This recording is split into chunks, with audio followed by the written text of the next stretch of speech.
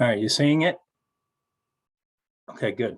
All right, thanks for inviting me. This is a presentation, so I haven't changed it at all since what I gave to New England Water Works. I know many of you, so I don't know that I need much of a greeting here. I've been staring at water use numbers for 30 plus years, so COVID comes along and naturally I was interested to see what that might do to water use. I know Jen and I were talking around early last year, and I know Jen had an interest as well. So that was kind of the genesis of this project. At the same time, I know that we work with WPI students each year to try to give them some relevant project work. And we incorporated this as a project where we reached out and they did a lot of numbers crunching. So that's kind of the background on why. Again, our project team was myself and Lynn June from DEP, and then several students from WPI and their advisors. So what we were looking at was water use from 2015 to 2020, using the annual statistical reports that all water suppliers file. We started our data set was 290 systems. Unfortunately, 15 of them either didn't have a complete data set, so they might have been missing a year or missing some of the data, or we just had some data concerns. So 15 of the 290 were excluded. So our data set is 275 public water systems. That's the numbers we crunched to evaluate. And our comparison is pretty much that.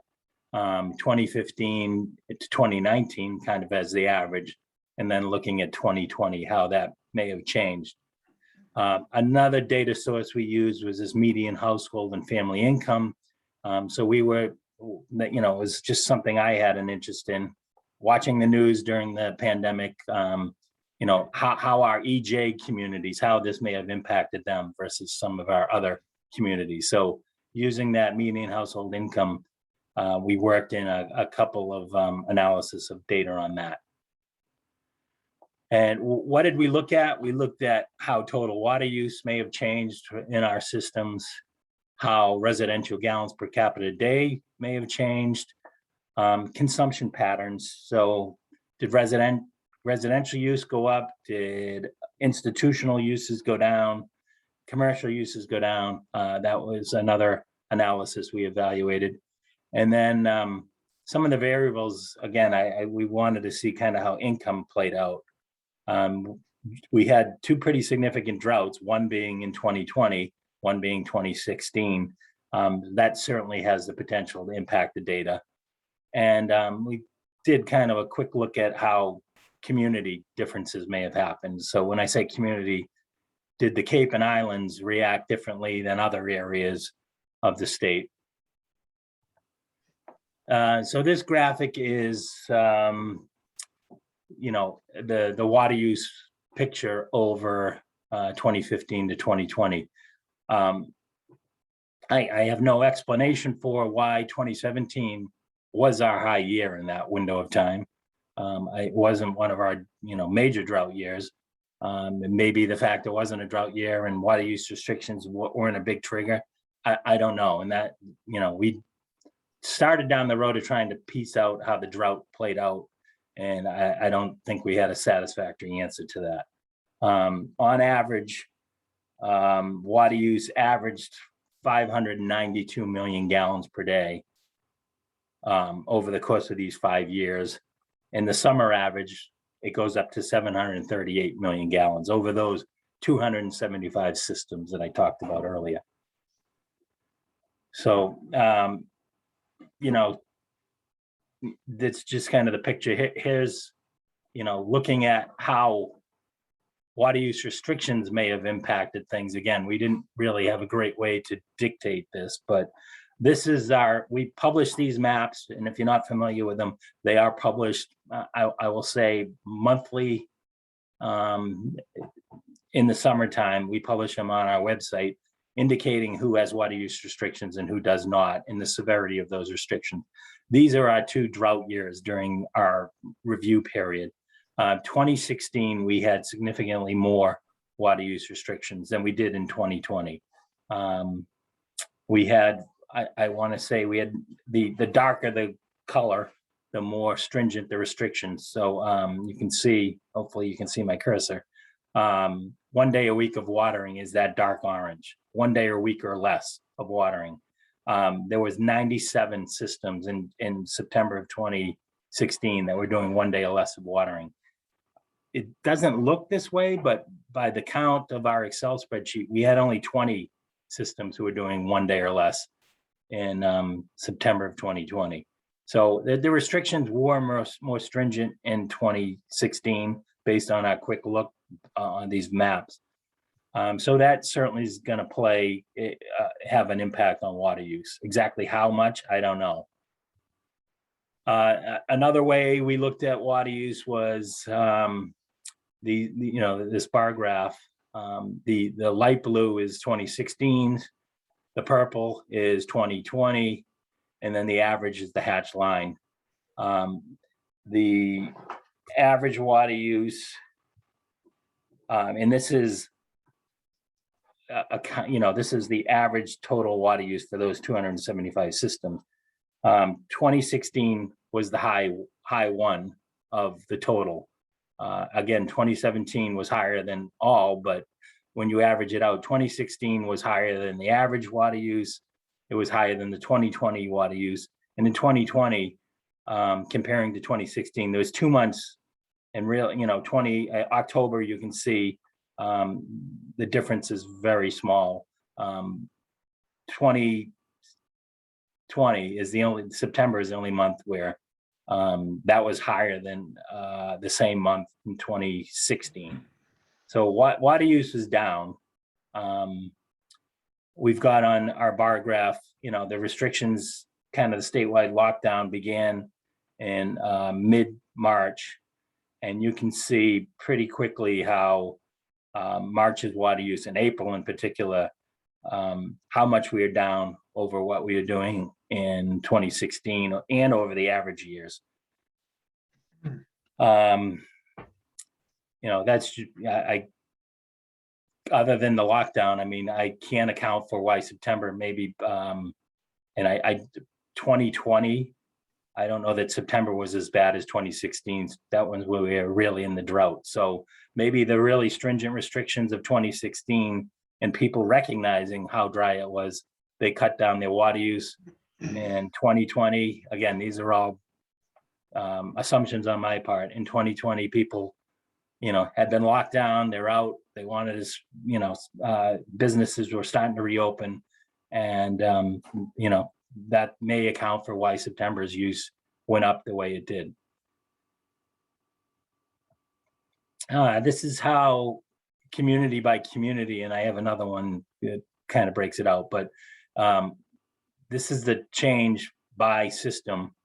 And this, a couple of things that are hidden in this is that some towns have 2 public water systems. Barnstable has 4, for example. So Barnstable is not reflecting 4 numbers. It's reflecting likely the largest public system is how we call it. So not everything's being reflected here, but what you're seeing is that most of our systems went up or down by 10%.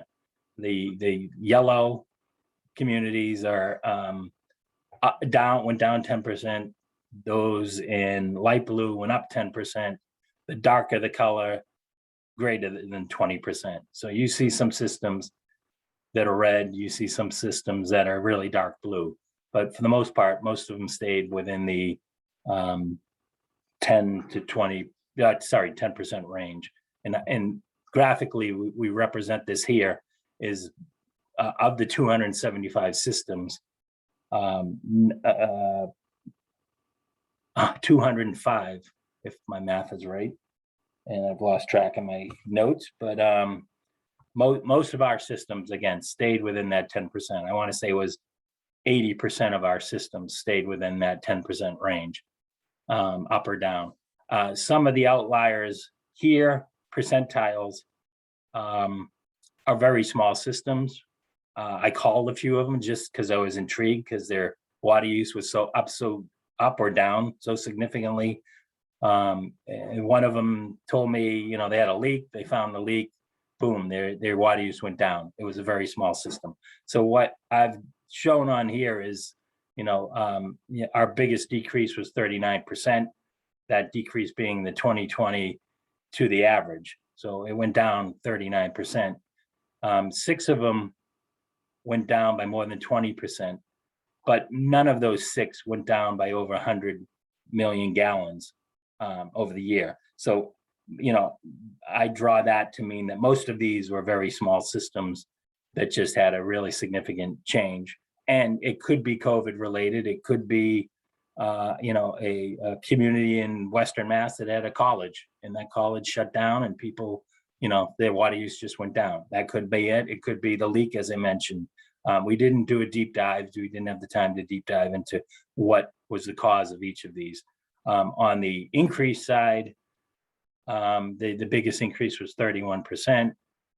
We had 12 that were over 20%, and 2 of those were pretty large systems. Being over, the increase in water use was over 100 million gallons for the calendar year, and those were the city of Chelsea and the city of Waltham.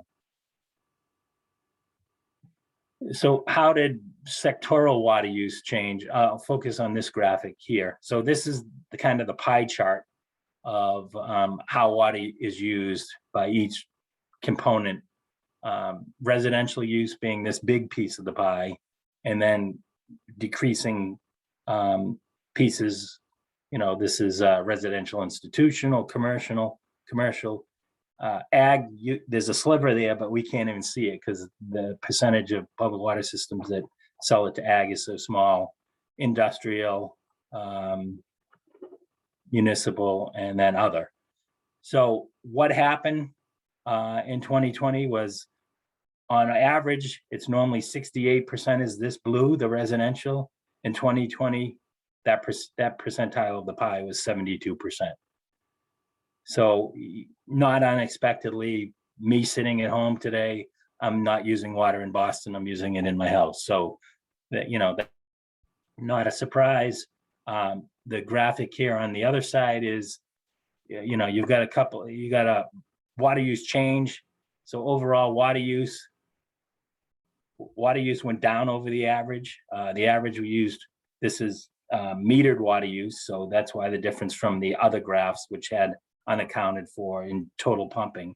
But, of the total metered water use, or confidently estimated water use, that number went from 483 down to 472. So the average 483 million gallons, 472 in 2020. Residential water use went up 10 million gallons, which is roughly about a 3% increase. And you can see the only other one that went up was ag. And it went up by, 40%, but the number is so small, it distorts the graphic here. All water use types went down, residential, institutions, commercial, industrial, municipal/institutional, and the others. So, residential went up. That's why that part of the pie was bigger. And for the most part, the other ones all went down. Not a shock. I think that's when we went into this project, that was kind of my expectation, and the data proved that to be the case. Sorry, did I jump? Trying to get my face out of the screen so I can see it. So the residential water use, we looked at it. So the 2020 to the averages again, for the most part, it was plus 10%. And, we had a bigger increase. I mean, there's a significant number that are in that 10% range, plus or minus 10%. 184 of the 275. We did see some pretty, much more an increase on the residential side. You can see 58-16 versus over here, we're seeing much smaller numbers. How that plays out by community, the lowest reduction of the average of 2020 to the average was 41%. 14 went down by 10% or more, 10%. And there was 3 large over 100 million gallons in reductions in these 3 systems. On the plus side, we had 19 that went up by more than 20%. And 5 of those 19 were what will, again, defining large by meaning that the reduction was over 100 million gallons. You can see who those communities were. So residential went up, and the data reflected that. On the non-residential side, as we know from the previous graphic, there was reductions on the non-residential side. I can't account for who, we can dig that up, but I don't know off the top of my head who went down by 93%. 31 public water systems went down by more than 30%. And again, the 100 million line is those systems that were large who had a non-residential reduction of more than 100 million gallons. And on the up plus side, somebody's went up 228. And off the top of my head, I don't know what that is. It's pretty crazy change. 19 of the public water systems went up by more than 30%, and only one of those went by 100 million gallons. RGPCD, so I think everyone's familiar with that. That's a performance standard we apply in permits. We wanted to see how those numbers might have changed using kind of the same color scheme. We looked at those, the light blue went up by 10%.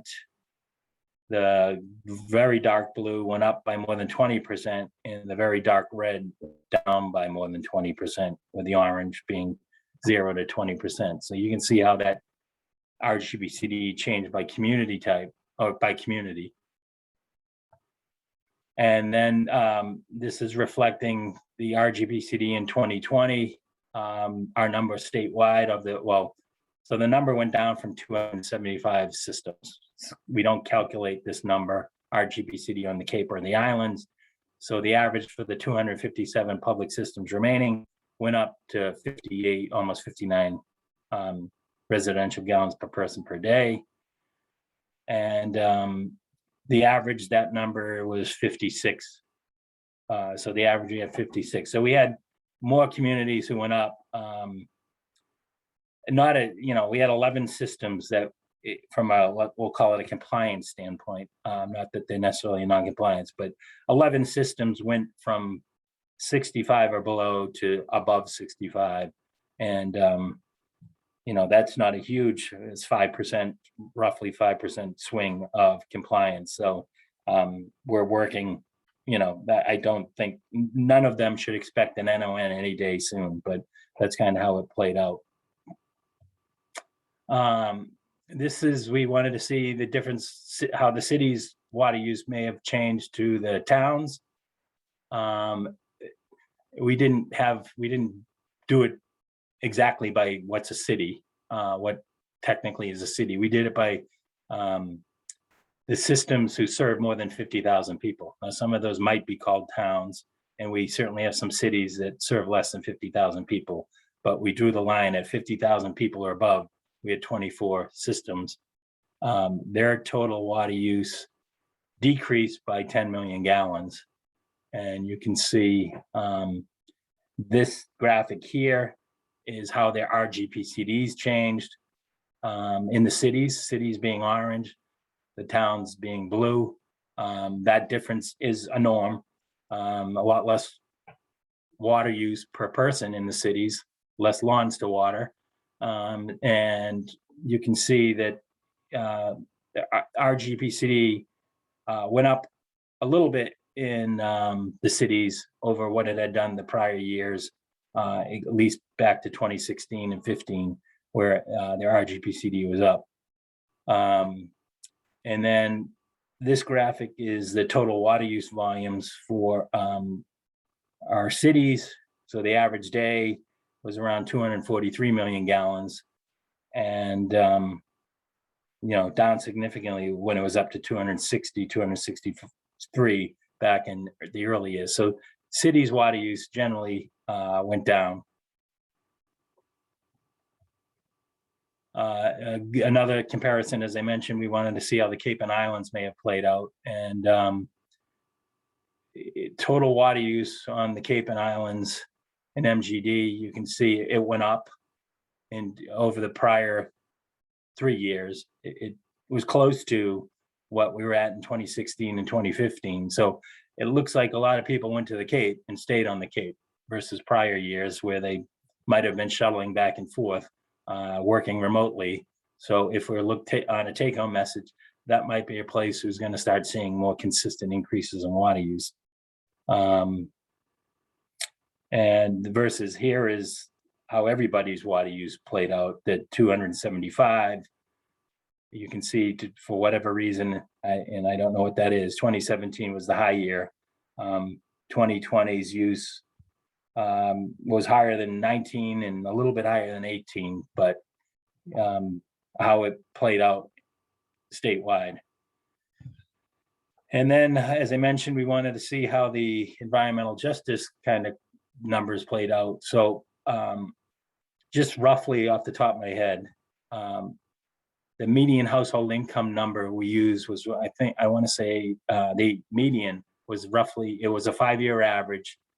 It was 81 to 82 $1,000 per year was the median average. And then the 65 percentile number was roughly 52, and the 200% was 162,000. Give you a sense of the range of the income. So this is the RGPCD of the communities who were above the 200 percentile. You know, they went up, their RGPCD went up in 2020. It went up over what it was in 2016. It went up more significantly over, increased 9% over what it does on average. And then the communities, the environmental justice communities that we had, similar changes. Didn't go quite as high as it did in 2016, but then the numbers are, it went up slightly in 2020 over the average. And then the water use volume. So again, this is kind of distorting it. The communities, the environmental justice communities, naturally they have more water use in them. So I think we had 9 communities that fell into this category. I think we had 14 in this category. They often were larger, so it distorts the water use. You can see the volumes in 2016 to the 2020 volume and to the average volume. So the water use went down some, not hugely, but it went down some. And here it was pretty level. So there weren't huge differences, would be my take home out of these, that, kind of how they normally use water was kind of how the 2020 water use played out in these, the differences between the high median household income and the lower median household incomes. And we did a couple of snapshots of how, just because Boston is the big residential, big magnet of the state, kind of looking at how their water use may have changed. And you can see 2020, huge reductions over what they did particularly when the lockdown first kicked in. March, April, May, even June, water use is way down, and you can see that in these circles. This is the 2020 is the outside ring, so 52% of water use in Boston was what happened last year, whereas normally it's 47%, and the commercial industrial side, it went from 25% down to 21%. So, me not going into Boston certainly impacted their water use. And Amherst, just because of its unique nature, we just threw them up on the slide. Same thing, the outer ring of this circle represents their residential water use in 2020. the inner circle represents the average. And you can see their residential water use. So a lot of students who either live off campus or maybe even some on campus, it went a huge drop from 64% down to 49%. And sorry, I take that back. It was a huge increase. So residential water use, the people who live in town, their water use went up and over the average. And then the institution, the school's closing, that dropped that from a 42% average down to 26% of their water use. And so my conclusions, I kind of said them throughout that, water use went down. Residential water use, not surprisingly, went up. And I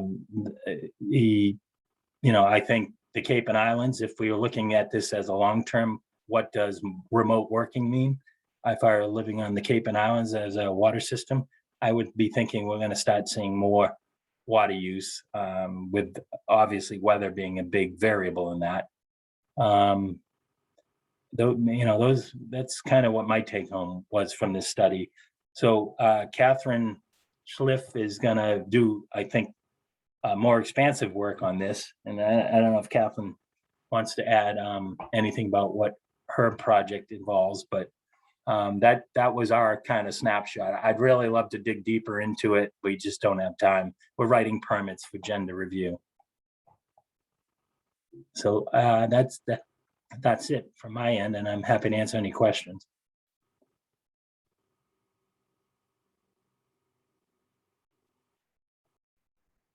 I can't see the chat, so are there any questions? No questions in the chat. Yeah. This really is Tom Holder. It's not really a question, but Dwayne, really great presentation. Do we have the ability? Can we get a copy of this? This would be yeah, sure. Able to mull this over. Yeah, I will send it along to Kathy. She can forward it on out. Great. Thank you very much. I mean, even if you want the data sets, Excel files that's really what it is, a huge Excel file. That information, it's all public information. It's just taking your ASRs and putting it into spreadsheets. Yeah.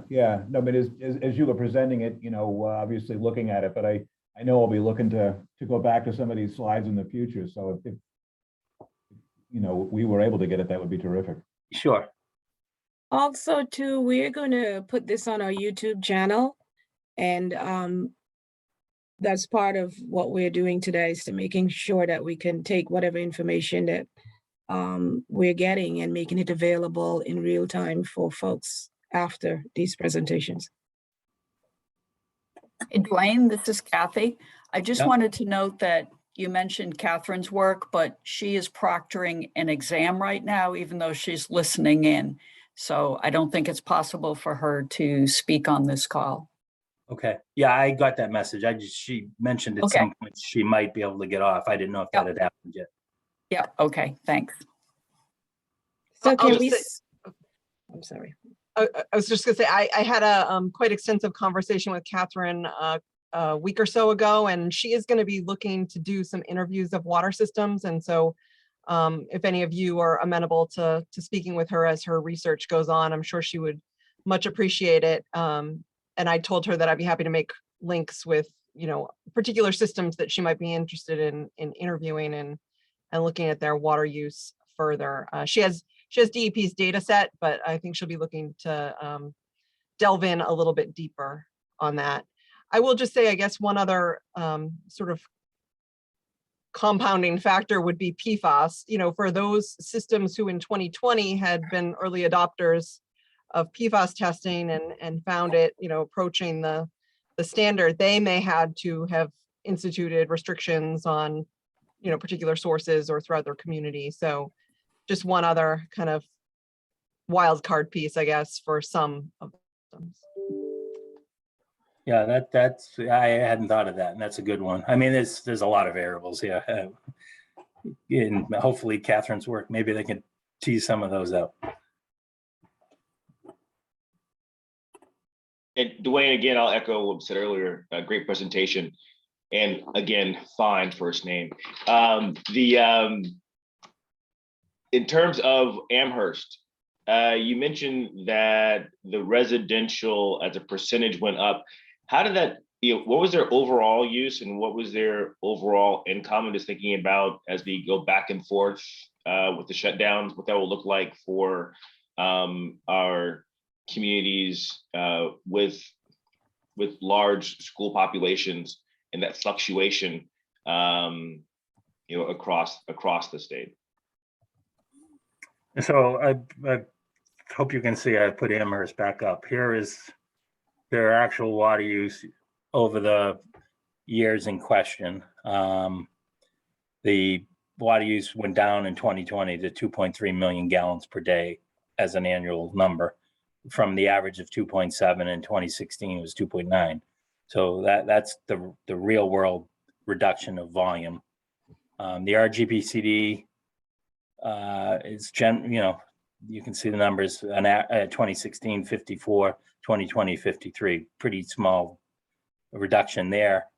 And the median household income you asked, they're not, I think that's reflecting that they look like they're one of the EJ communities. I don't know if they were or not, but that number is low. I mean, that's reflecting poor college students, I think, who live in town for most of the year. And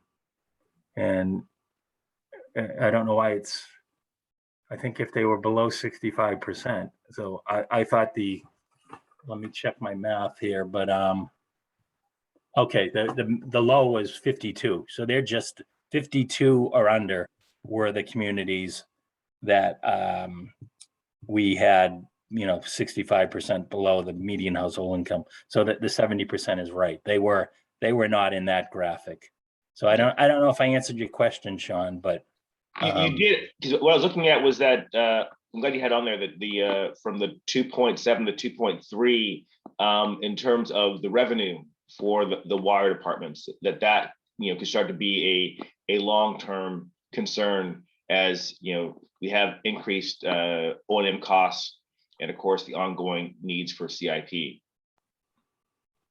Yeah, you'd have to talk to Amherst about what that 600,000 or 400,000 means, for the reduction from their average. But yeah, that's certainly the big issue for them is lost revenue here. Right. That was what I was wanted to confirm that I was showing on your presentation. So again, thank you. Yep. And I guess, Sean, just piggybacking on that and bringing it back to this committee, which is what we've said, sort of the way in which the assessment works is based on the amount of gallons pumped. And so you're pumping less, you're getting more, you're getting less into, the Section 70 assessment funds as well. Yeah, but the Cape guys are going to pay more. I'm sure they'll be happy with that. Yeah, I'm sure. Well, I'm sure they were happy selling the water too. So. No, but I mean, overall statewide, we're down, it's been the trend sort of spurred by your program, Dwayne, that, encouraging conservation has some unintended consequences, and one being that we have less revenue into this fund. Yeah, that's fair. This is Kathy again. Catherine Schleff noted in the chat, which I think you can see, that yes, she's looking to dive deeper into these questions. And maybe we could have Catherine on. I'd love to hear what the results of her research show at a future date. I will just say that Catherine's research, she says, moves slowly. So it may be several years before she has results to share, just so we're not making an expectation she's coming back quickly to us. I agree, and I'm interested to see what it is, and I'll throw in a plug for it. It'd be interesting, I looked at 2015 to 2020. It'd be interesting to see what 2021 looks like, a year where it rained all summer, how that may have impacted things. Except on the Cape, where they instituted voluntary restrictions, and the drought continued for them well into the fall. Yeah, there's a lot of things in the air, a lot of variables here, but I agree. Okay, does anybody have any other questions for Dwayne? Okay, I guess not. Thank you, Dwayne. Very informative. I guess we're going to be raising our rates again. Yvette, drinking water program updates. Okay. Well, first I want to say it's good seeing everyone today. And I also want to thank you and All Water Systems for the amazing work that happened in 2020. It's been a tough year for everyone. And still, we kind of made it to the end of it with all of the changes and twists and turns. So one of the things I wanted to share with you is that we have been working in a hybrid mode. We've had to develop a lot of remote processes. So one of the things I want to share with you is some of the positive things that we have seen coming out of our year. So I'll ask Nicole to like pop up we did a check-in with staff and others.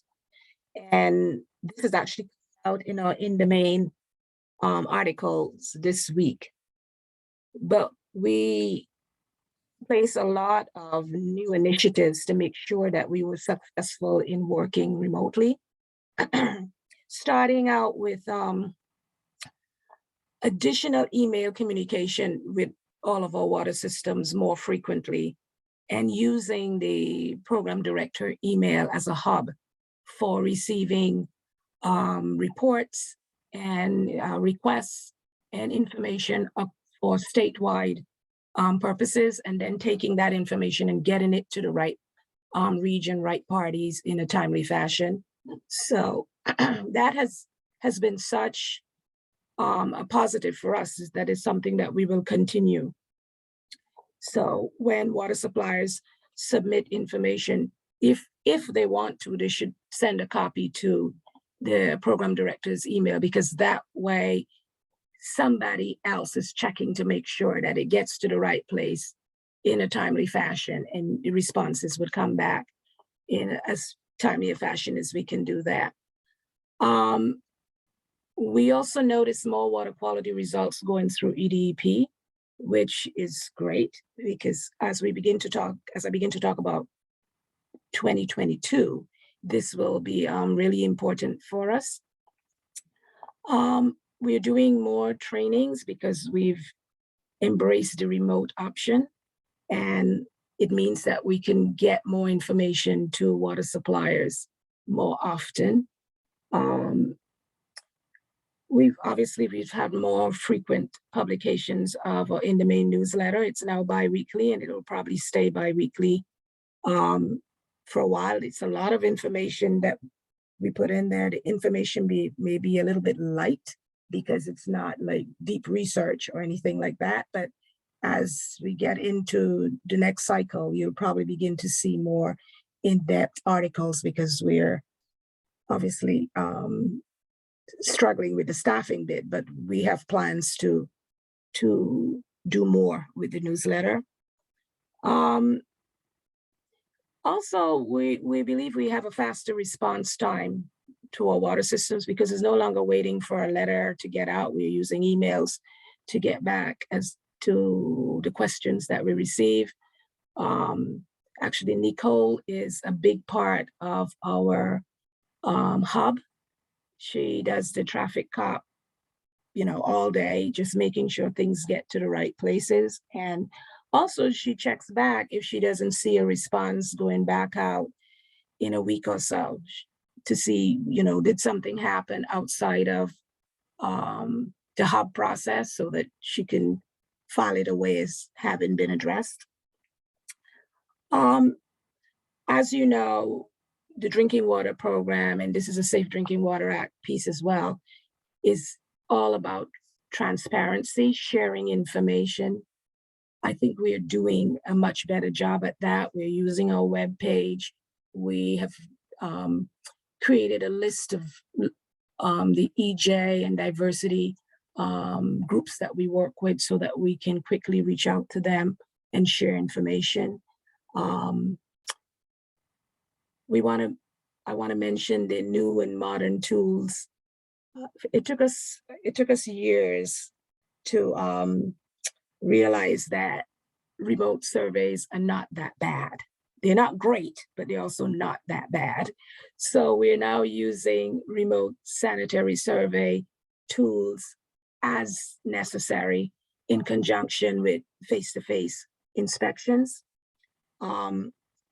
We think we're getting more participation in our advisory committee meetings because folks are not having to deal with all of the travel time associated with getting to and fro. And for us internally, there's much more collaboration. So we have weekly meetings. For instance, we were rolling out PFAS. We had in each week, there were at least 3 different PFAS meetings that staff could get into and work on our SOPs and work plans. Before, when one had to travel to meetings, that was not even a possibility. And we're able to have more meetings and working sessions with our partners. So we wanted to make sure that, everyone knows that the things that came out of this whole process that we found very useful and that we will continue to maintain going forward. So Nicole, thank you for that. What else have we been doing in 2020? I think you all should know because we've been sharing the in-domain with you bi-weekly. But obviously PFAS, we've been pushing out on that with the free sampling. I'm excited to report that all of the community and NTNC systems have done the initial PFAS sample, or they have confirmed with us that they're in the process to have the sample done. So great news, there'll be no enforcement for failure to do the initial sample. And that was a big slog for our staff because as you get down to the smaller community systems and NTNCs, you really have to work the process. You have to contact them and their certified operator and the operator best friend to make sure that they got the information and that they're working on it. And we did that step. We did a last chance notice. I think it was they had to get back to us by December 10th. And we made a lot of phone calls, but we got it done. And that is the model that we want to use going forward for the smaller systems. We really want to make sure that they're getting the information and that they understand it. Because even with all of this pushing out and working with them, there was a last 5 systems who, they just didn't get it. So we had to have a hand-holding session, to make sure that they got it. So that's on PFAS. We have information on our story map. We are working with the suppliers that have exceeded, making sure that they have short-term and long-term plans, and working them into any SRF funding that they may need to move forward.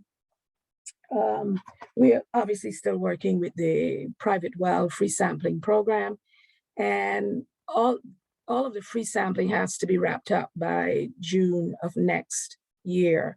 So with that in mind, we did a backup on the when we really need to start ramping down the free sampling program, and that will be somewhere around the ending of March. So for the TNCs that are due next year, we are going to do a full court outreach program. It'll probably be every week. These TNCs are going to be seeing something from us to make sure they get into the free sampling program. So I'm hoping that all our partners would help with spreading the word and making sure that we get that data in, because from a public health protection standpoint, the data is more important. We're not interested in enforcement, chasing folks around, but we do want to get that data. Obviously, we've been working on lead and lead in schools, the small and disadvantaged grant program. That was another program that we underestimated how much work it would take to wrangle some of these smaller systems in to give them money. So we're kind of rethinking how we do that program going forward, because it was much more than we anticipated. And we have, called on some partners to help us with that, but we definitely learned a lot of lessons. I also want to mention that below the surface in 2020, EPA was working with states on the National Compliance Initiative, where they're getting us to work on a 25% reduction in health-based violations. We didn't have a lot of them, but for the ones that are on the books, they wanted to make sure that they were in compliance agreements and that we are tracking them very closely.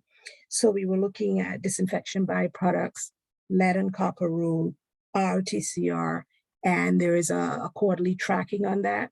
So in addition to everything else, we were also doing this additional step with each one of the systems that had an outstanding compliance issue or deficiency. And for those systems that we had to do that with, they know, the extra steps that their staff had to take just to keep up with what are you doing, when are you doing it, should you be in an enforceable agreement, can you continue to work on your compliance plan without us putting it in an enforceable agreement. What else I want to mention here? Let's see. Okay, so that's 2020, the year that we're in. We are going into It's 2021. Oh my God, 2021. Sorry, I know we all lost a year, but Yeah. You know what you mean, and we understand. It's all a blur. 2020 and 2021, it's all a blur to me. totally agree. 2022, that's where we are going now. And the things that we are taking forward, obviously, is Boston staff will be back in the office at least one day a week. We will still be operating a hybrid program. We will still be using remote tools. Staffing is still an issue for us. And I mean, this is important for Section 70 to know that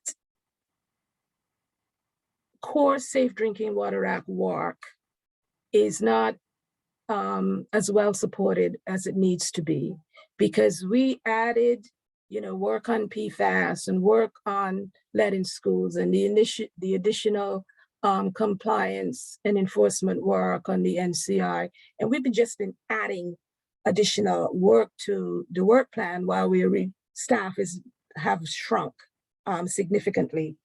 So for 2022, we started working on the LCRR staffing plan, and this is how we deal with each regulation.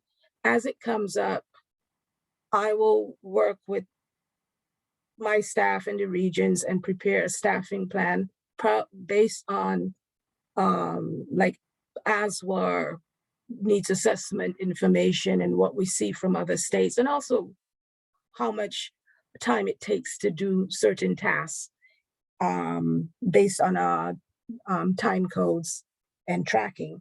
So on the LCRR, we are looking at least 15 FTEs of additional work.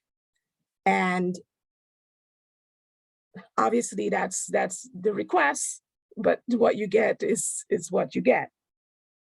But the LCRR work does not even speak to the core work, like the sanitary surveys and the review of monitoring data that we are already behind on, the data entry.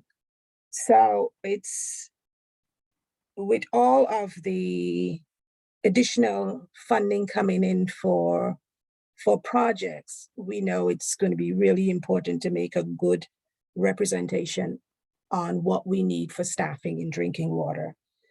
I will provide more information on that as we go into the year, but we're right now trying to figure out what we need to ask for and see how that works out. The other big issue for us going into 2022 is data management, paper reduction. As you know, the Boston office is going to be moving to 100 Cambridge Street. There's going to be a reduction in space.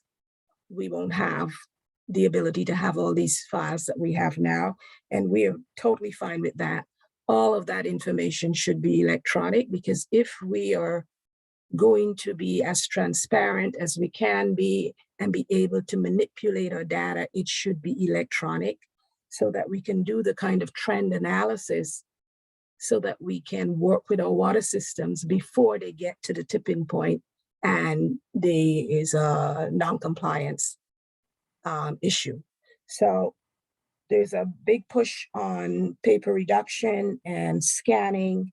And also, once we have better data systems and tools, to have more transparency of our information.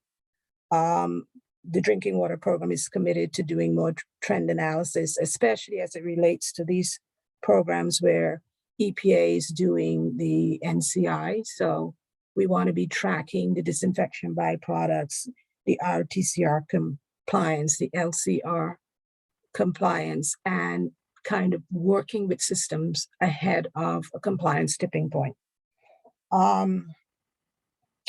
Also under transparency is the whole environmental justice piece.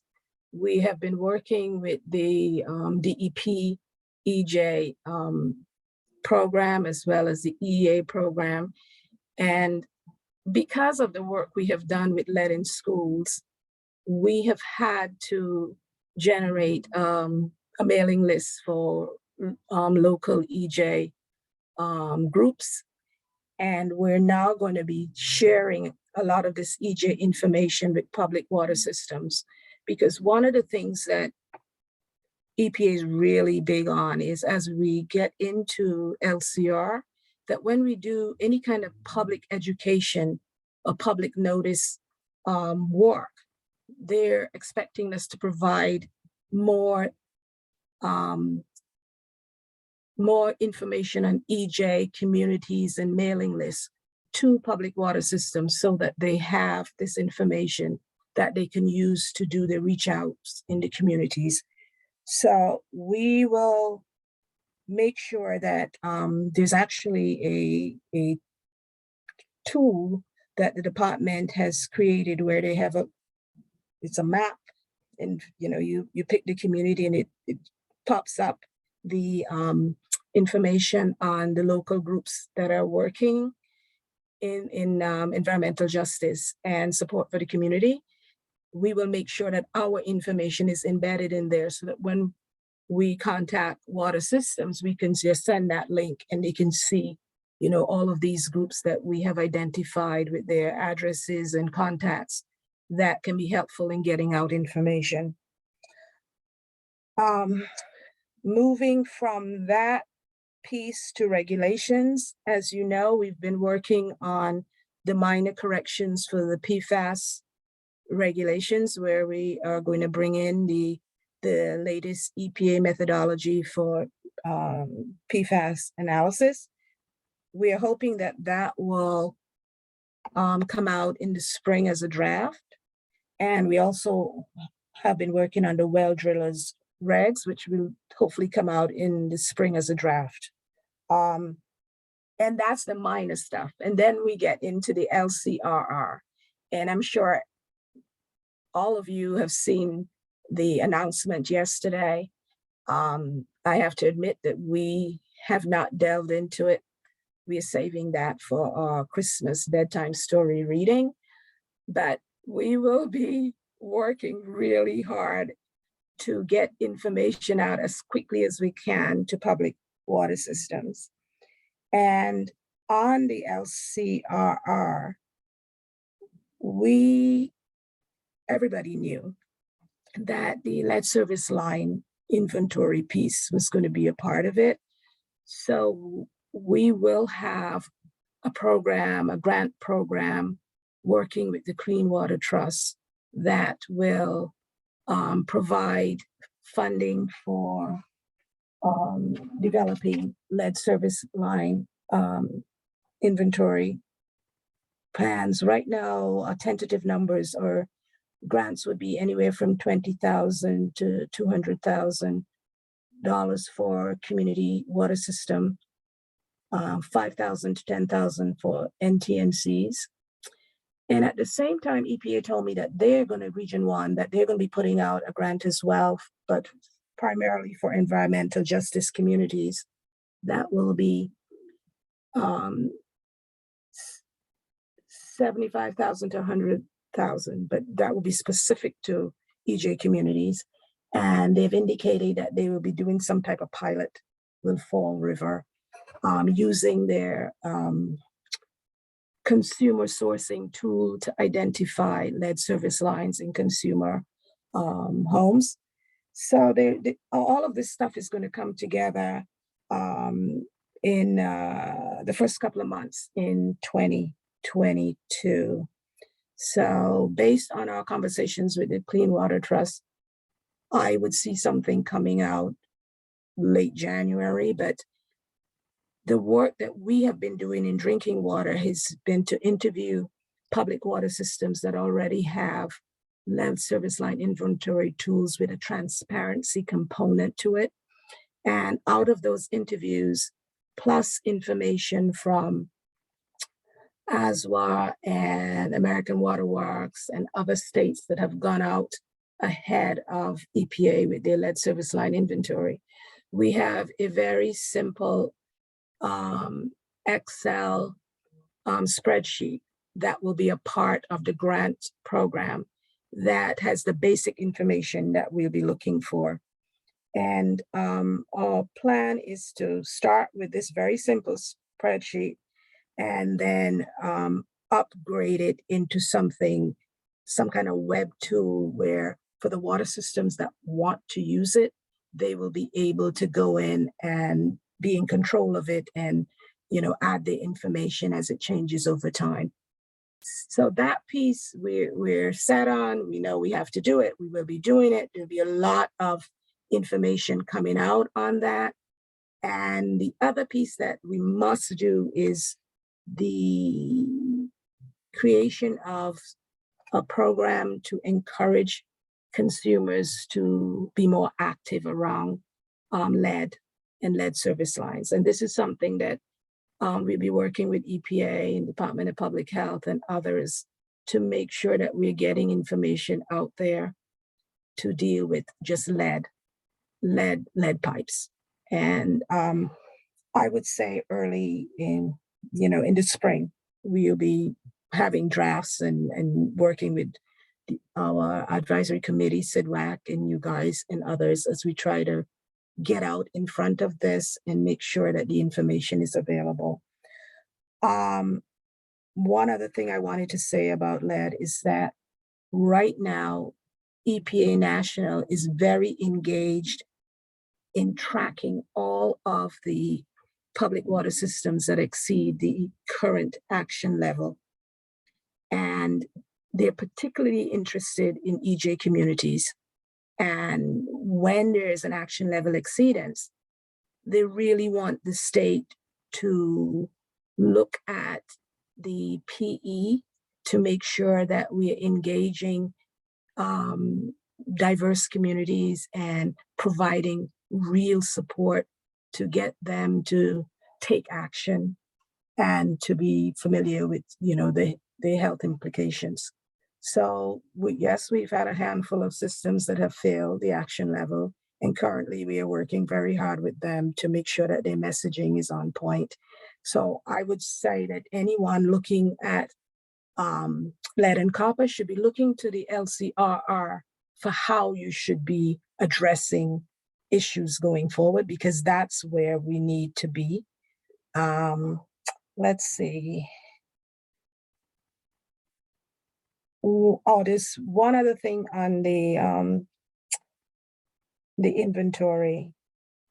We are also creating a crowdsourcing or consumer sourcing application with the Clean Water Trust as our partner, so that homeowners can help in identifying lead service lines by going into their basements and looking to see what's coming through the wall.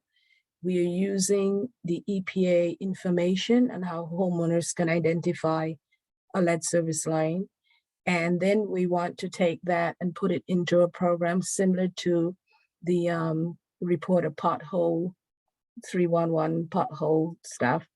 So that's the next aspect of trying to be helpful with lead service lines, is that if we create such a tool that we can help water systems to collect that information from consumers and use that as like a level 1 screening for lead service line identification. So that's lead service line, LCRR, on PFAS, which actually I should jump into lead in schools. I am not sure what's in the LCRR on lead in schools. I think they may be doing a little bit more tweaking with that, but our program is ongoing. And as I think I may have said this before, maybe at some other meeting, we have worked with Brita. They're donating pitcher filters to us and childcare facilities. And we actually have received 14 pallets. We thought we were only going to get 2 pallets. So we have way more than we thought we would get. And we'll start sending them out to the childcare facilities that have participated in the program. So sometime in the first month next year, we should get out about, I think it's like 400 of them. We should get out into the field. And then we're using that as an incentive to encourage testing. If you're going to test as part of the program, we will be able to send those to you. Obviously, we have tons of disclaimers associated with this. We are not, endorsing any products. Okay, I will stop at this point because there are just so many things that we'll be working on, but the priority ones are the ones that I just mentioned. Any comments, questions, things that you thought you wanted to hear about? Let me know. Just a quick question on methodology for PFAS, a new methodology. What is that all about? It's EPA, after our regs came out, EPA came out with method 5, was it 33? And it's not in our regulation. So we just have to get that in the regulation. So we've always known it was out there, but the regs had just gone out, so we couldn't get it in. So now we need to put it in there. But any system that's using it right now or wants to use it, they just need to go through wall experimentation because it's an approved EPA method. It's just not in our regs. Okay, thank you. But I have a staffing related question, and I'm not sure if you're at liberty to answer. I'm aware of at least 2 staff who resigned over the vaccine mandate. Are there more than that we should be concerned about in the drinking water program? Yes, I know of 3. There's 1 in my program in Boston and 2 in one of the regions. And we also have a bunch of folks on the retirement list. So we know that it's going to be a very tough year. And that's part of core work that we already, we're barely keeping our head above water. One of the things that the Boston staff that I'm doing in my area is backstopping the regions, when they have safe drinking water at work that they can't get to. So we are already backstopping one region on sanitary surveys. We are also backstopping that same region on source approval and hydro reviews. And, we're very clear that this is temporary and that we are really pushed to the limits, and that timelines may increase because we really, we can't continue to, meet the timelines if we are picking up this additional work to support regions. As far as I can tell, 3 regions have folks that have recently left, and then they have some folks for retirement in Boston as well. Thank you for that. And just on, on the PFAS issue, I continue to get some folks who are frustrated with the response timeliness and also just consistency. It's like, I've had a couple consultants contact me and say that the sort of regions are responding differently to different aspects of PFAS implementation. And so I just wanted to flag that for you. I think it's, I understand it's a new program, but it's difficult for the water systems. And I know it's difficult for DEP, but that's an area where I think there needs to be more support. And I guess I mentioned this to Paul Locke, and I'll say it to you as well, is that there's an opportunity there for DEP to tell the legislature that this is a significant workload issue during the PFAS task force, and ask the legislature for more funding to appropriately respond to the PFAS issues. So I think in the effort of transparency, I've had a couple people ask me, like, they seem to be getting some indications from DEP that they need to be more complete in their treatment schemes because there could be a change in the MCL down the road. And I've been asked a couple times about that, and my response has been that I think that might be coming from EPA's new proposed reference dose, which may have DEP just concerned that EPA is going to lower the reference dose, and that may impact the mass MCL. But I flagged that for you as well. Thank you. Yeah, consistency is an ongoing effort, and I would say unless I hear about it, it didn't happen. And I really mean that, because I don't know if there are things that are different unless somebody says to me, here's what's going on.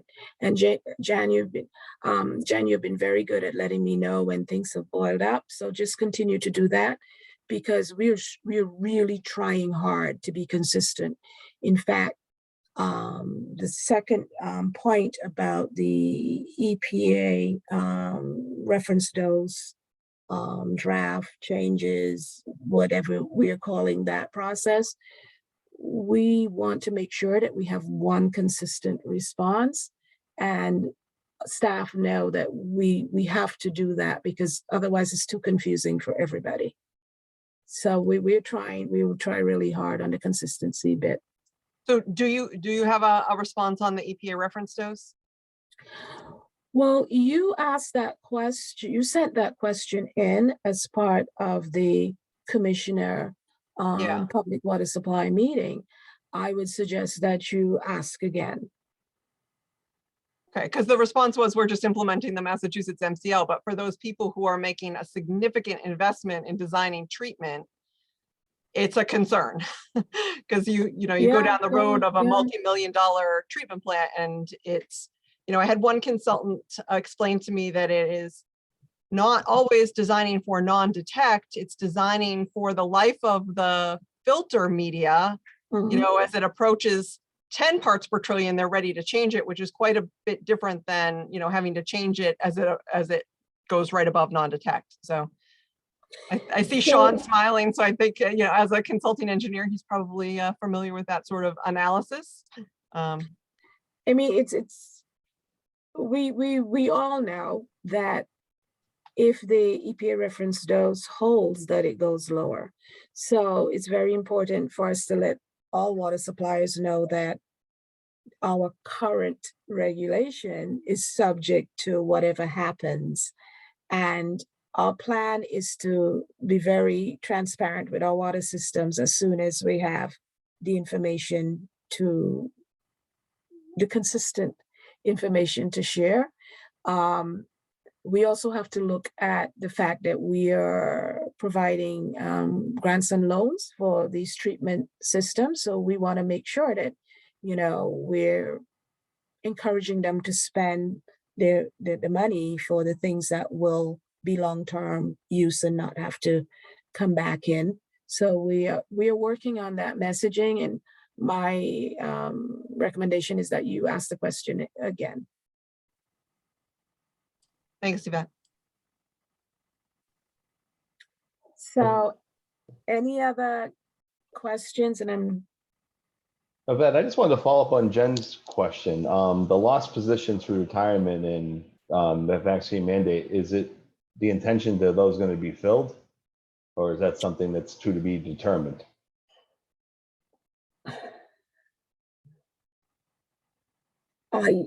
I think so, because Okay.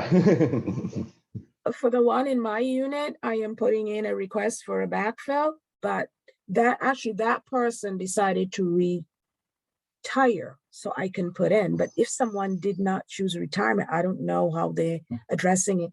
And this Okay. process is happening far, far away from Okay. us. So it's one thing I will say is the person in my program was the one who picked up the calls on the main number, the 5770 number, as well as did all of the well driller administrative work. So in those two things, we have to work a little bit harder on to make sure that we have the coverage. And for the regions, whichever places those folks were working, the work that they were doing, they have to really figure out how we make sure it happens. But no guarantee that those positions will be refilled then, huh? No. Because I think Okay. this, yeah, I mean, I don't know, but I'm assuming that they still have some kind of opportunity to work through the unions and you know, so I don't know how that stuff works. Okay. What about in the case of Kelly? Is Kelly's position a definite backfill? That's been submitted, and you know, and they're going through the process on that. But as you all know, I always say it takes about 9 months to get a position. So even with them saying we're expediting, I don't know if it means, you know, less time, but normally typical time is about 9 months. All right. Thank you. Sorry to hear that. But, you know, one of the things that I'm working on is, you know, that we use the SRF set-asides for some Safe Drinking Water Act work.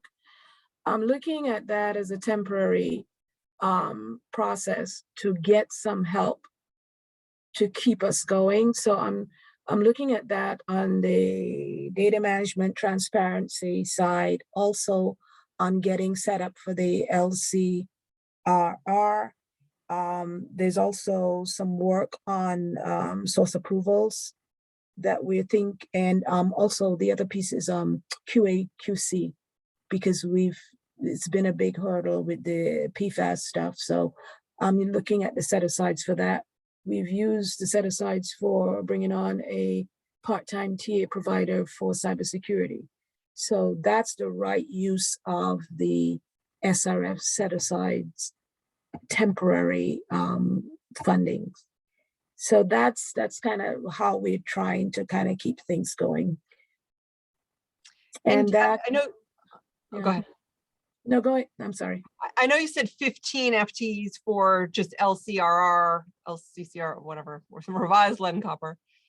You also did mention the fact that there will be a huge influx of funding and need to approve projects. So what's the FTE estimate on, like, I know SRF has already put out a job posting for someone to help in the SRF side, what's the plan on the drinking water side so that you are able to do timely approval of, treatment system upgrades, that sort of thing? We think we can handle that with core work, and if we get the LCRR positions, the work on the SRF side, Maria Pinnell is putting in for what she needs to get those grants done and the inspections and whatnot. We will have the permitting, and we figure we can handle that. If we get LCRR funding, it will balance out with the core work. Okay.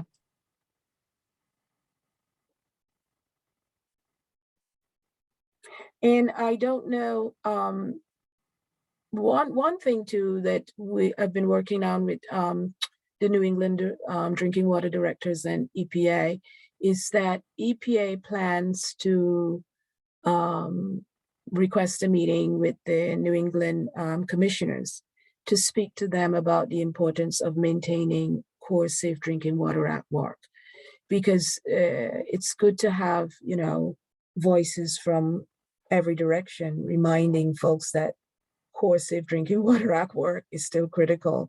Never mind, all of the new and exciting things related to PFAS and lead and copper.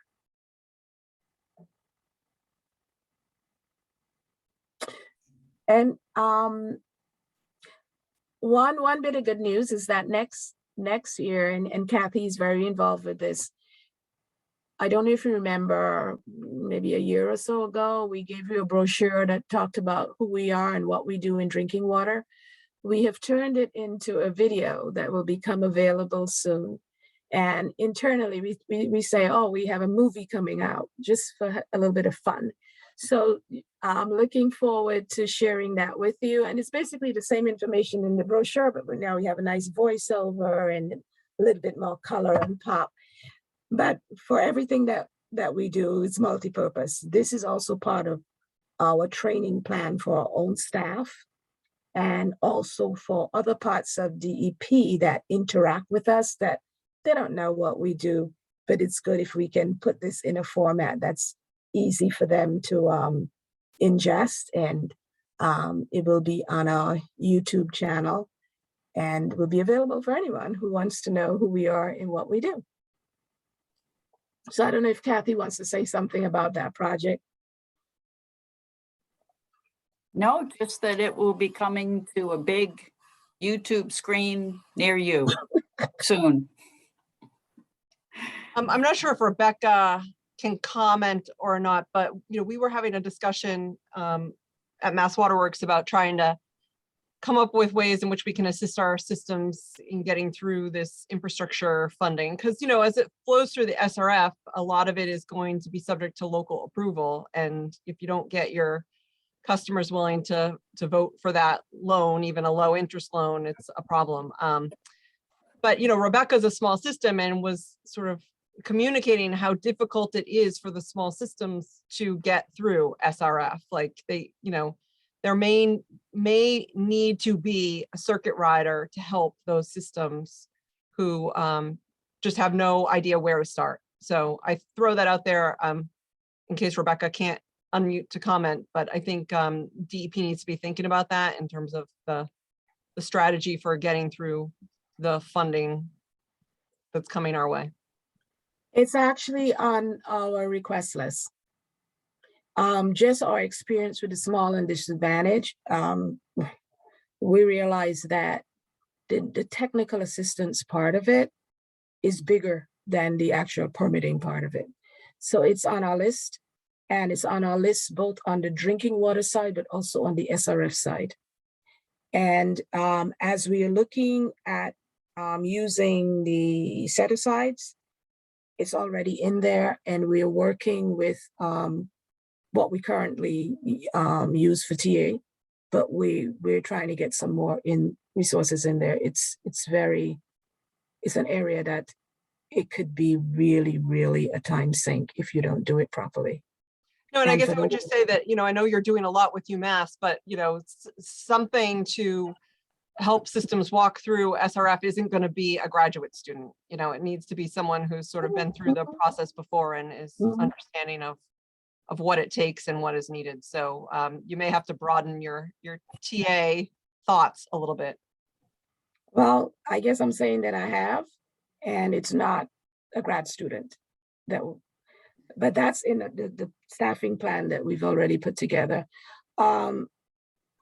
There was something else, like on the LCRR, with the partial lead service lines.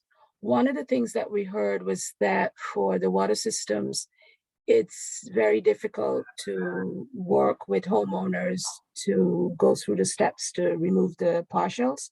So one of the projects with the Clean Water Trust is to come up with a standard package of information, you know, user-friendly, that water systems can use. And we can then, you know, be consistent and support it and work with all parties to get that be a model for getting approvals to do partials. So any of those kind of like project type things that you think we need to work on, just, you know, send in the list, because we're really already thinking about it, but it's good when we hear from others that it may, you know, you need to go in that direction. I did unmute. This is Rebecca. I just wanted to say thanks, Jen, for bringing that up. And we did have a big discussion about that at the last Mass Waterworks meeting. I think speaking from the small systems out here in Western Mass, what we are concerned about is that all the big systems are going to soak up all that money and no one out here is going to see a dime or very little. I mean, we all have big projects and I have the ability to write an SRF, but not necessarily the time. So if I transfer that on to an engineer, that's the cost to our systems. Is there any possibility in that technical assistance that we'll get some SRF writing done for the small systems out here? Not necessarily mine, but the systems that don't have that ability. That would be really helpful. Also, we also tossed around the idea of a set amount to every system that for a grant, according to you know, I think Jen said that it's already been raised, that miles of pipe or user amount service connections, anything that where each system that, you know, doesn't have necessarily a big project but has little projects gets a grant without even applying for this money. The federal government is supplying, what is it, 11 billion to the drinking water, something like that. I don't have my figure in front of me. But if the small systems don't see any of that, it just seems, you know, impossible. So I just wanted to put it out there that there should be some free money and not going through the SRF program where the state attaches interest rates to money that they're, you know, getting from the federal government. That's my 2 cents for the day. Thanks, Rebecca. I took a note and I will be talking to Maria Pino about this, but some of the funding is coming in the WINS grant, and the WINS grant, the current small and disadvantaged grant came out of the WINS and it came outside of the SRF process. So we will look to make sure that that continues, but making sure that what you mentioned is a part of that discussion, like making sure that we're looking at the small systems and thinking about some kind of minimum amount for each one. I'll put that into the discussion. And, you know, I think EPA was right when they did the funding for the small and disadvantaged as a separate line item, because some states have struggled to include the small in their general SRF. So in Mass, we've always embraced, you know, doing something a little bit different for the small systems. And I think the way EPA has laid things out, we can continue to do that. And Yvette, just to clarify, the WINS money, that's principally the money that's gone to the lead programs, right? Is that, No, there was, Okay. there was funds for small and disadvantaged communities as well. so is that separate from the bipartisan infrastructure law or embedded in it? You know what? I'm gonna have to get Okay. back to you on that, but I know that there's a separate stream for small and disadvantaged. It may be in there, but like called out. Yeah, I know it Because- called out yeah. different, for small and disadvantaged. I just didn't know that it wasn't gonna have to go through the SRF. Okay. My read was that this would not have to go through the SRF unless a state wanted to do it that way. And I think just to expand upon what Rebecca said, same thing with the American Rescue Plan dollars. Obviously the legislature is directing where those funds be spent, and we got 100 million for water and wastewater infrastructure. Of that 100 million, about 15 million was particular earmarks for systems. And so there, ARPA money has the opportunity to be more flexible than say the the bipartisan infrastructure law. And so that's, as the legislature looks at future rounds of disbursement of ARPA, that's where we get to those discussions. Can something else be done? And that model that Rebecca had mentioned is something that Representative Carolyn Dykema has filed in a bond bill several times. It hasn't been successful in the legislature, but she has proposed that the Commonwealth do a bond and then distribute it similar to the way in which Chapter 90 monies are distributed. So for water systems, you would think about it as miles of pipe. There's a formula, and based on your miles of pipe, you get a certain disbursement that is directed to you, as long as you have a project that meets the intent. I do have another thing on that line, that earmarked list that Jen provided for the water systems that were at that meeting. I noticed that, you had to know somebody, and that was a big discussion. You had to know a legislator in order to get that money. And that from a small water system, again, makes my blood boil. Because you don't have that. To me, that kind of money, it's who you know, and there's no fair disbursement of the money. And again, we're looking at lists of people getting millions of dollars for projects for broadband out of the drinking water. I saw, I don't have the list in front of me, but some of that stuff was, UMass got money. What does UMass need drinking water money for? And it was something, like $1 million. Is that the lead and copper program? I mean, isn't that funded through other sources? Again, I don't know how the money gets distributed, but I look at stuff like that, and it's nepotism or who you know. So again, another 2 cents. The UMass was directed to their water energy center facility upgrades. So that's Oh, that's right. I was wondering what that means. What is their water comes from Amherst Public Water Supply. Okay. I think it's like they're testing, I think it has to do with a research element at UMass. It is. They're Well, they doing have other research sources for small that. systems. What's that? They're doing research for water quality issues for small systems. So they will, for instance, they have that truck that they will take out and test water quality and treatment devices and come up with treatment options for small systems. So they're part of like a national network of small system research pods, and that's what the funding is for. So we actually work with them, and EP also works with them on getting certain research done on treatment for small systems.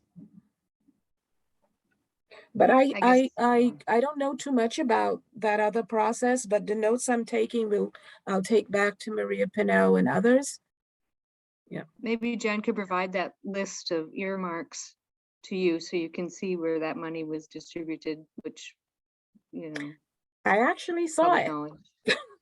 Yeah. I saw the list of emails, but where I'm at is,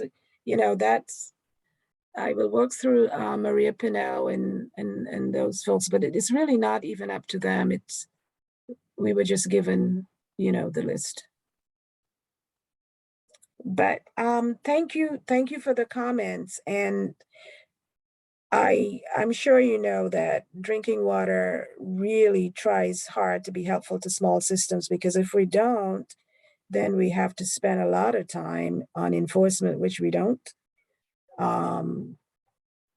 We don't want that to be the priority. The priority is supposed to be compliance assistance and keeping everyone in compliance so that we protect the public health. So we will do our best to make sure we are supportive.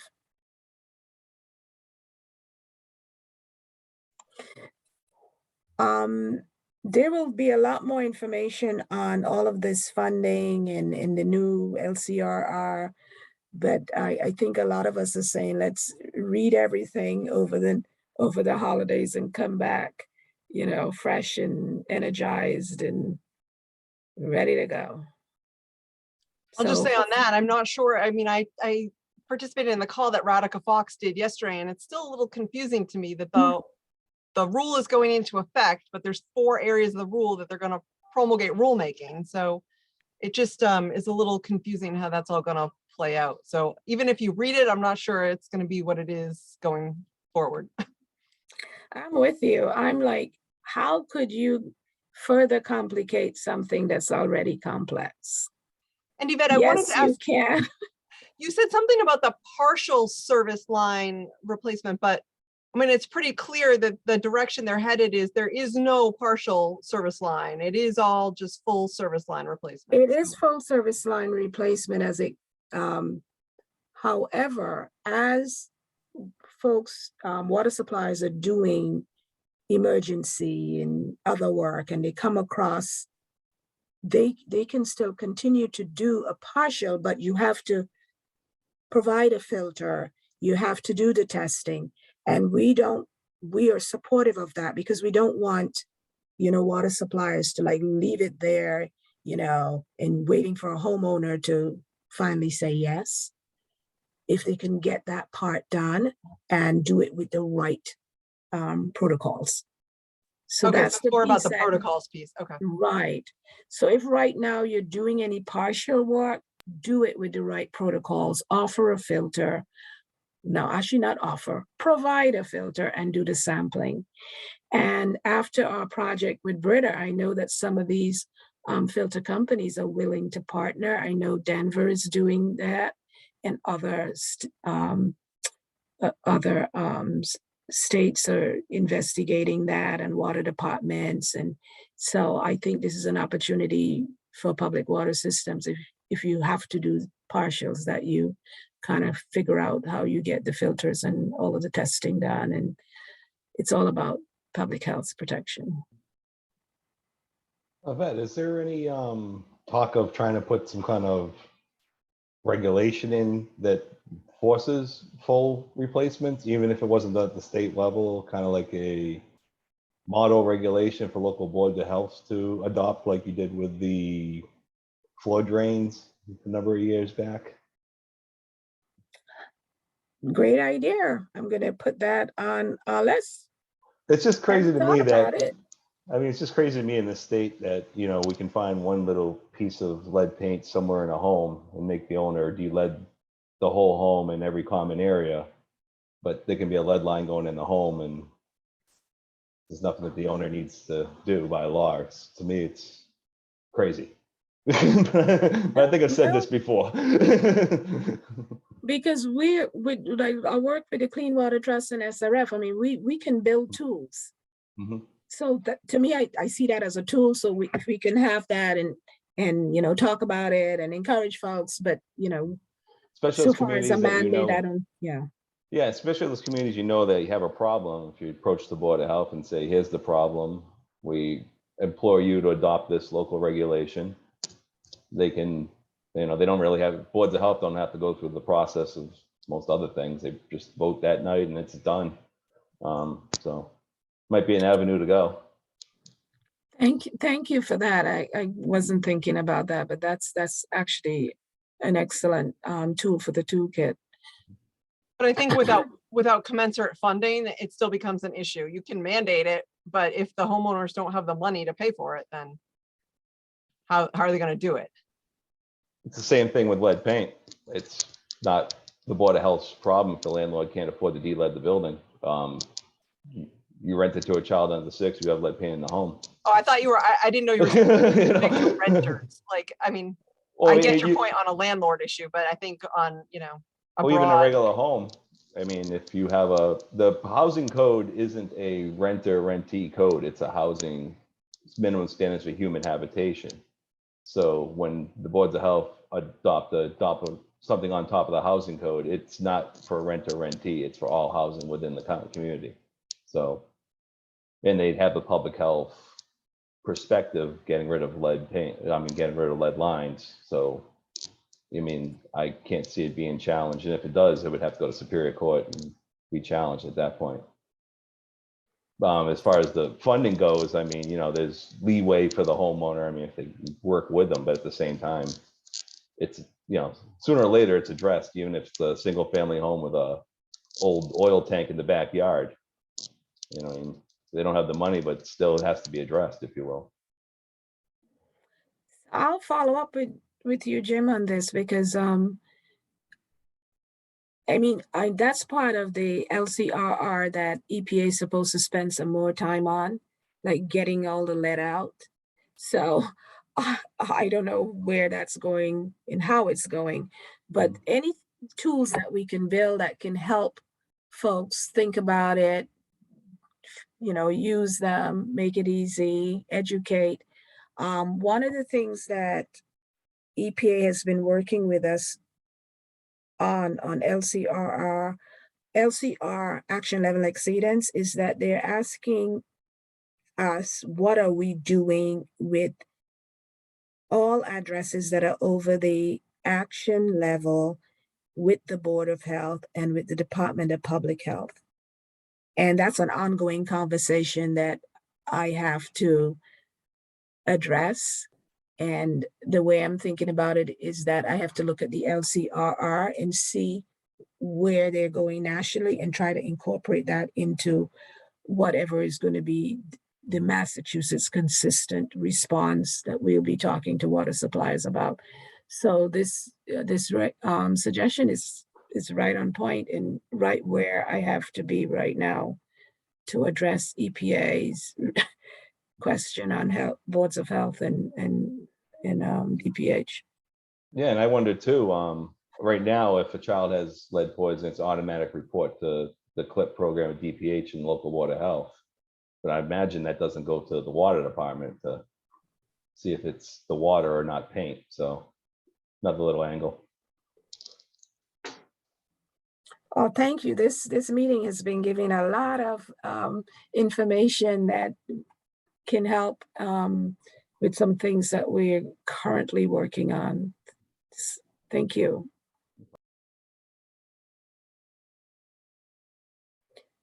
So, any other questions for me? I'm on vacation until the beginning of January, but I am always available. I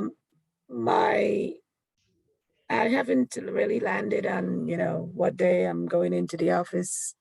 It will fluctuate based on, what else is going on, but I am available for information or anything that you need to pass on.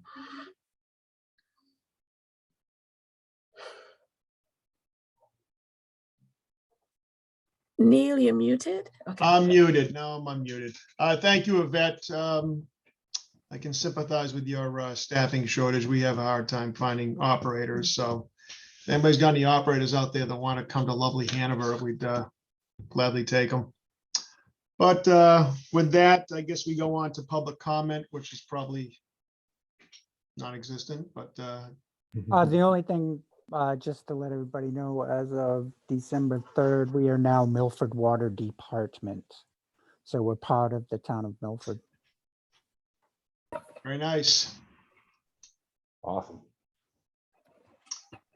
Okay, I see no public comment. Let's get a motion to adjourn. I'll make a motion. I'll second it. Okay, all those in favor? Aye. Was that All Jim those- that's, oh, sorry. Sorry, go ahead. Go ahead, Neil. All those in favor, say aye. Aye. Aye. Aye. All opposed. Was that Jim that seconded that? It I was think it me. was Blake. Sean, okay, thank you. Blake. Okay. Well, I wish everybody a happy holiday and we'll stay safe. Omicron is going to be interesting, I think, moving forward. See what happens. Is that changing anyone's ability to participate in in-person events? I'm curious. Hasn't gone out of ours yet. Okay. I'm trying to think ahead to our January meeting and wondering what folks' level of concern will be. So far, nothing out of us, our town hall. I personally don't have any concern, but I have concern for people I may get and become in contact with. So it's changing all the time. So it's hard to say.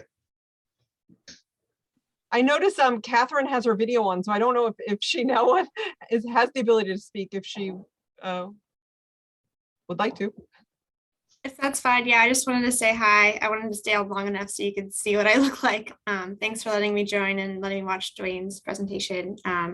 Yeah, as was said, I'm an assistant professor at Western New England University. I care about water resources in the state quite a bit, and I'm learning about them and looking into understanding more about how water is used. And so thanks for letting me join.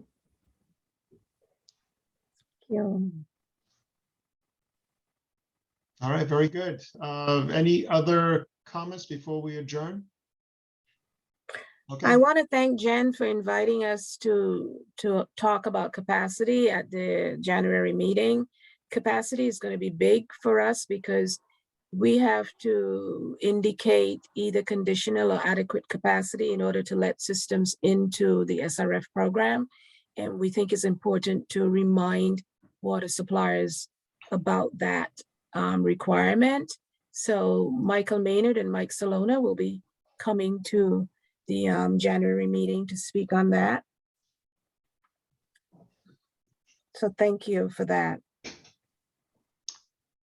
Thank you Okay. for allowing them to present. And we have the commissioner and we also have Nate Keenan from the Clean Water Trust to talk about sort of the trust program. Perfect. So I think it will be a very informative meeting for folks. Happy holidays, everyone. Happy Enjoy your holidays. holidays. vacation. Yeah. Yvette. Happy holidays. Thank you. See you guys Take care, in everyone. 2022, is it? Yeah, 2022. I hear you on that, Yvette. Like, someone said to me today, when did you come back to the office? And I was like, well, I've been back since I had to think about, I said August of 2020, I think. I've been here for more than a year and a half. Getting a little confusing. It's all blurring. Yeah, wrapping your Mhm. head around Sure time is. passed and nothing really changed. It's kind of odd. It's frustrating at this point. I think it's just, it's getting to be monotonous. Very. Never Yeah. ending story. Yep. So Jim, I'm gonna follow up with you. Happy holidays, everybody. Please do. Happy holidays. Bye-bye. Take care.